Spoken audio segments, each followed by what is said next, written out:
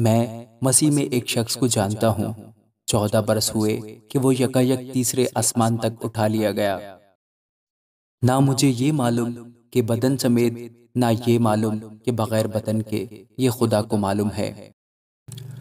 खुदावंद के जिंदा और पाक कलाम में से दूसरा ग्रंथियों उसका 12वां बाब। मुझे फ़ख्र करना ज़रूर हुआ, अगरचे मुफीद नहीं, बस जो रोया और मुकाशफे खुदावंद की तरफ से अनायत हुए उनका मैं जिक्र करता हूँ। मैं मसीह में एक शख्स को जानता हूँ। 14 बरस हुए कि वो यकायक तीसरे आसमान तक उठा लिया गया। ना मुझे ये मालूम कि बदन समेत, ना ये मालूम कि बगैर बदन के, ये खुदा को मालूम है। और मैं ये भी जानता हूँ कि उस शख्स ने बदन समेत या बगैर बदन के, ये मुझे मालूम नहीं, खुदा को मालूम है। यकायक फिरदौस में पहुंचकर ऐसी बातें सुनी जो कहने की नहीं और जिनका कहना आदमी को रवा नहीं। मैं ऐसे शख्स पर तो फख्र करूंगा, लेकिन अपने आप पर सिवा अपनी कमजोरियों के फख्र न करूंगा। और अगर फख्र करना चाहूं भी तो बेवकूफ न ठहरूंगा, इसलिए कि सच बोलूंगा, मगर तो भी बाज रहता हूँ, ताकि कोई मुझे उससे ज्यादा न समझे जैसा मुझे देखता है या मुझसे सुनता है। और मुकाशफों की ज्यादती के बायस मेरे फूल जाने के अंदेशा से मेरे जिस्म में कांटा चुभोया गया, यानी शैतान का कासिद, ताकि मेरे मुक्के मारे और मैं भूल ना जाऊं।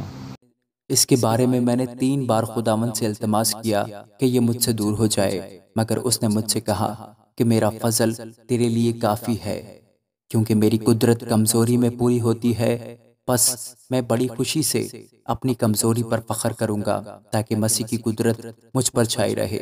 इसलिए मैं मसीह की खातिर कमज़ोरी में, बेइज्जती में, एहतियाज में, सताए जाने में, तंगी में खुश हूँ, क्योंकि जब मैं कमज़ोर होता हूँ उसी वक्त जोरावर होता हूँ। मैं बेवकूफ़ तो बना, मगर तुम ही ने मुझे मजबूर किया, क्योंकि तुमको मेरी तारीफ करना चाहिए थी। इसलिए कि मैं उन अफजल रसूलों से किसी बात में कम नहीं, अगरचा कुछ नहीं हूँ।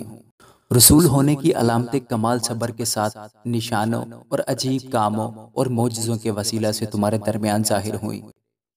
तुम कौन सी बात में और कलीसियाओं से कम ठहरे हो, बजुस इसके कि मैंने तुम पर बोझ न डाला।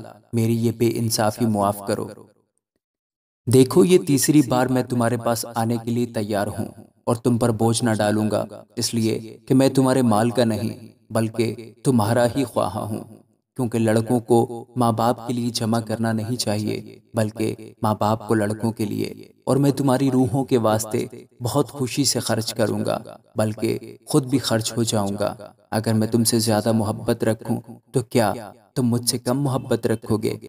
लेकिन मुमकिन है कि मैंने खुद तुम पर बोझ न डाला हो, मगर मक्कार जो हुआ, इसलिए तुमको फरेब देकर फंसा लिया हो। भला जिन्हें मैंने तुम्हारे पास भेजा, क्या उनमें से किसी की मार्फत दगा के तौर पर तुम में से कुछ ले लिया? मैंने तित्तिस को समझाकर उसके साथ उस भाई को भेजा, बस क्या तित्तुस ने तुमसे दगा के तौर पर कुछ लिया? क्या हम दोनों का चाल चलन एक ही रूह की हदायत के मुताबिक न था? क्या हम एक ही नक्शे कदम पर न चले? तुम अभी तक यही समझते हो कि हम तुम्हारे सामने उज़र कर रहे हैं। हम तो खुदा को हाजिर जानकर मसीह में बोलते हैं। और ऐ प्यारो, ये सब कुछ तुम्हारी तरक्की के लिए है, क्योंकि मैं डरता हूँ कहीं ऐसा ना हो कि मैं आकर जैसा तुम्हें चाहता हूँ वैसा ना पाऊँ, और मुझे भी जैसा तुम नहीं चाहते वैसा ही पाओ, कि तुम में झगड़ा, हसद, गुस्सा, तफिरके, बदगोइयाँ, गईबत, शेखी और फसाद हों।